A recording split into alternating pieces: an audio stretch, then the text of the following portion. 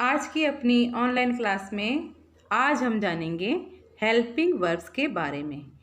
Helping verbs मतलब सहायक क्रियाएं।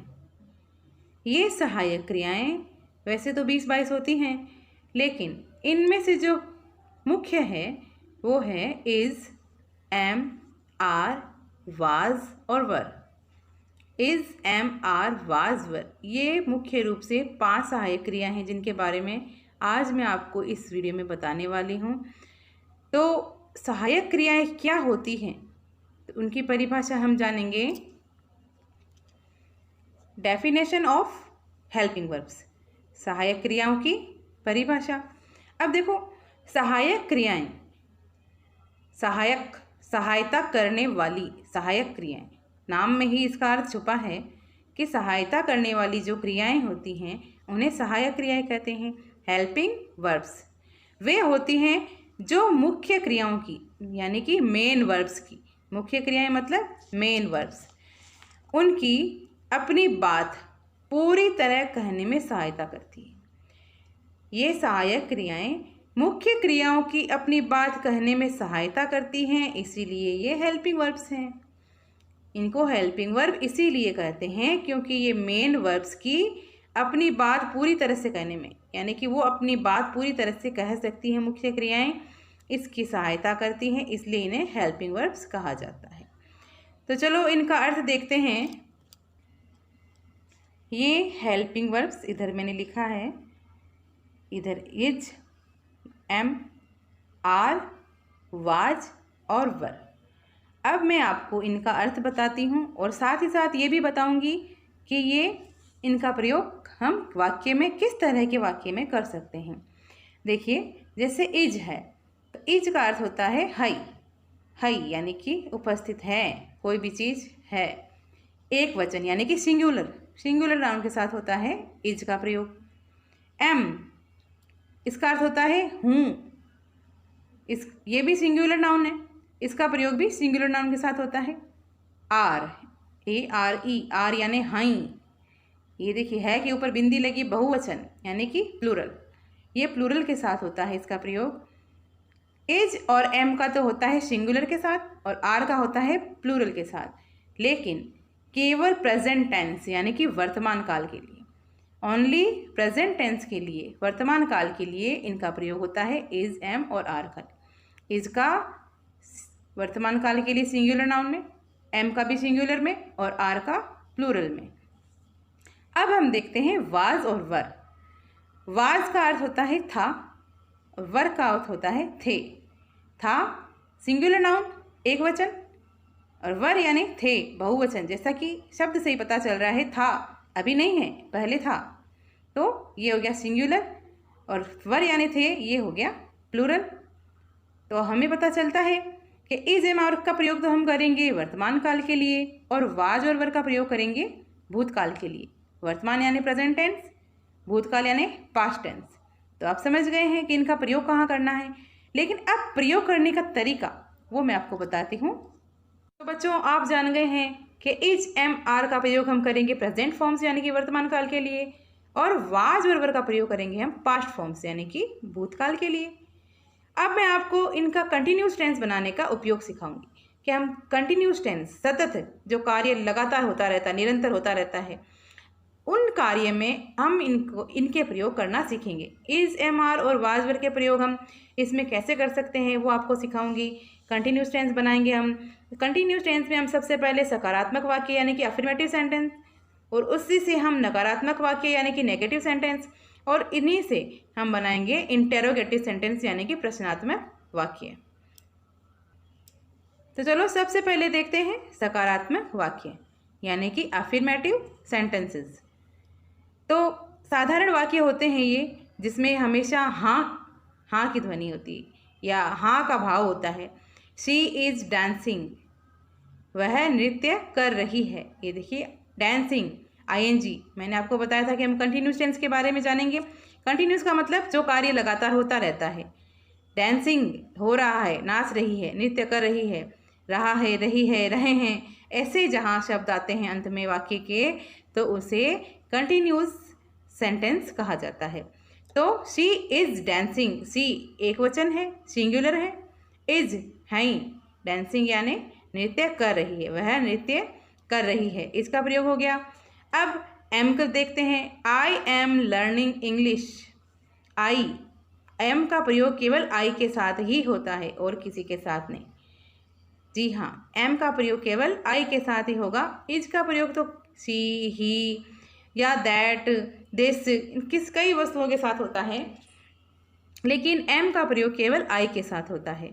आई एम लर्निंग इंग्लिश, मैं अंग्रेजी सीख रहा हूँ, एम का प्रयोग हो गया। अब हम जानेंगे इसके, दे आर सिंगिंग, आर का प्रयोग जान रहे हैं। दे यानी वे बहुवचन है, प्लूरल है, आर हैं, सिंगिंग गा रहे, वे गा रहे हैं, प्लूरल सब्जेक्ट बन गया, plural sentence.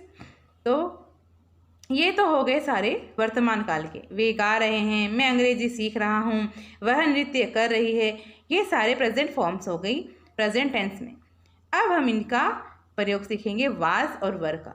The train was moving, रेलगाड़ी चल रही थी, अभी नहीं चल रही है, पहले चल रही थी भूतकाल में, लेकिन कार्य निरंतर हो रहा था।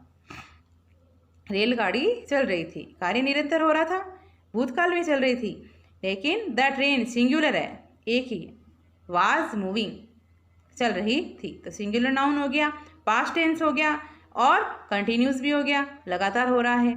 अब इसी का हम जानेंगे plural. They were thinking, they plural है, बहुवचन में आ रहा है, वर यानी थे, थिंकिंग यानी सोच रहे, वे सोच रहे थे, तो बहुवचन में कार्य हो रहा है, लेकिन कार्य हो रहा था, सोच रहे थे, एक नहीं है, एक से अधिक है, लेकिन सोच रहे थे, भूतकाल में कार्य निरंतर हो रहा था। तो आपको समझ में आ गया अफर्मेटिव सेंटेंस आपको। अब हम आपको सिखाएंगे नेगेटिव सेंटेंसेस, यानी कि नकारात्मक वाक्य, वो कैसे बनते हैं। देखो मैं बता रही हूँ आपको, मैं इन्हीं 5 सेंटेंस को चला रही हूँ जो आपने पीछे अफर्मेटिव में देखे हैं। She is dancing, I am learning English, they are singing, the train was moving, they were thinking, ये जो आपने सेंटेंस देखे हैं पीछे, यही वही सकारात्मक वाक्य है, अफर्मेटिव सेंटेंस है। हम इन्हीं के ही नेगेटिव बनाएंगे ताकि आपको आसानी से समझ में आ जाए, और फिर इन्हीं सेंटेंसेस के हम इंटेरोगेटिव बनाएंगे, और उसके साथ साथ मैं आपको एक और सिखाऊंगी नेगेटिव इंटेरोगेटिव, नकारात्मक प्रश्नात्मक, वो भी हम इन्हीं सेंटेंसेस के बनाएंगे ताकि आपको आसानी से समझ में आ जाए। तो चलो देखते हैं, इधर हमने अफर्मेटिव सेंटेंस लिखे हैं और इधर हमने नेगेटिव सेंटेंस लिखे हैं। अफर्मेटिव यानी सकारात्मक, नेगेटिव यानी नकारात्मक।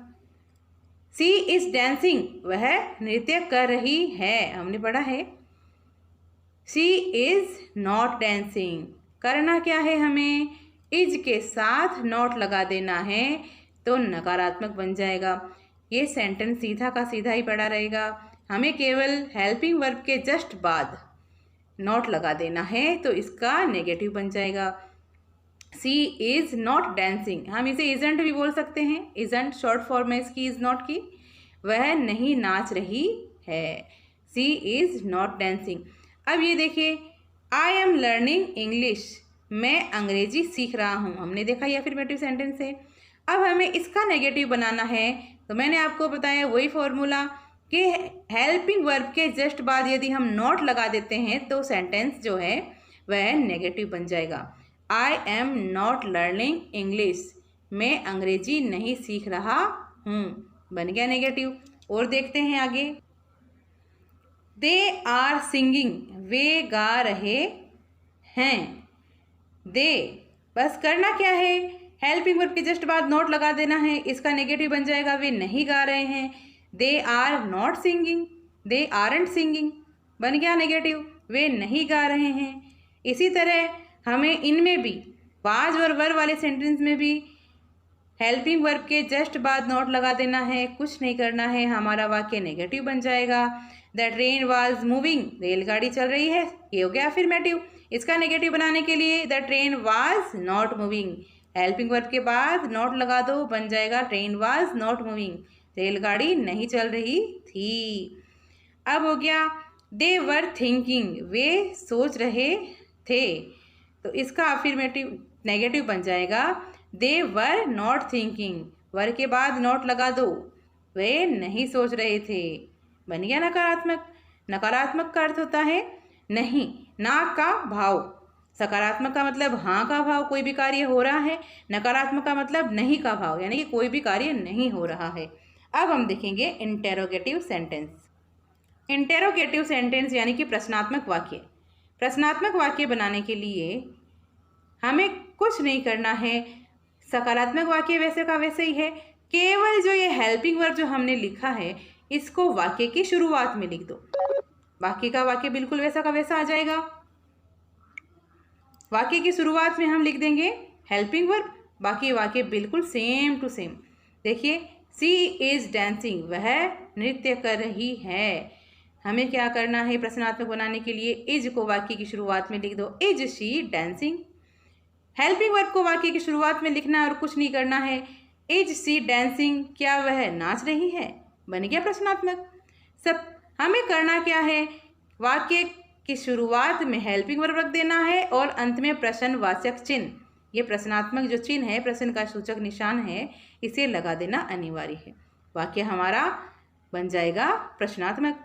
जैसे है आई एम लर्निंग इंग्लिश, मैं अंग्रेजी सीख रहा हूँ। या फिर हो गया इसका इंटेरोगेटिव बनाने के लिए एम को वाक्य की शुरुआत में रख दो, बाकी वाक्य सीधा का सीधा उतार दो। एम आई लर्निंग इंग्लिश, क्या मैं अंग्रेजी सीख रहा हूँ। वाक्य के अंत में आ जाएगा प्रश्नात्मक चिन्ह और शुरुआत में आ जाएगा हेल्पिंग वर्ब। बन गया इंटेरोगेटिव। अब आगे और देखते हैं। दे आर सिंगिंग, वे गा रहे हैं। आर दे सिंगिंग, वाक्य की शुरुआत में आर लगा दो, अंत में प्रश्नवाचक चिन्ह लगा दो। आर दे सिंगिंग, क्या वे गा रहे हैं। The train was moving, was से शुरुआत कर दो। वाज द ट्रेन मूविंग, क्या रेलगाड़ी चल रही थी। दे वर थिंकिंग, वे सोच रहे हैं, सोच रहे थे। वर दे थिंकिंग, क्या वे सोच रहे थे। लास्ट में प्रश्नवाचक चिन्ह याद रखना सबसे ज़्यादा जरूरी है, अंत में प्रश्नवाचक निशान लगाना। ये प्रश्नवाचक चिन्ह लगाना बहुत ज़्यादा जरूरी है। ये हमारे बन गए इंटेरोगेटिव सेंटेंस। अब मैं आपको नेगेटिव इंटेरोगेटिव बनाना सिखाती हूँ।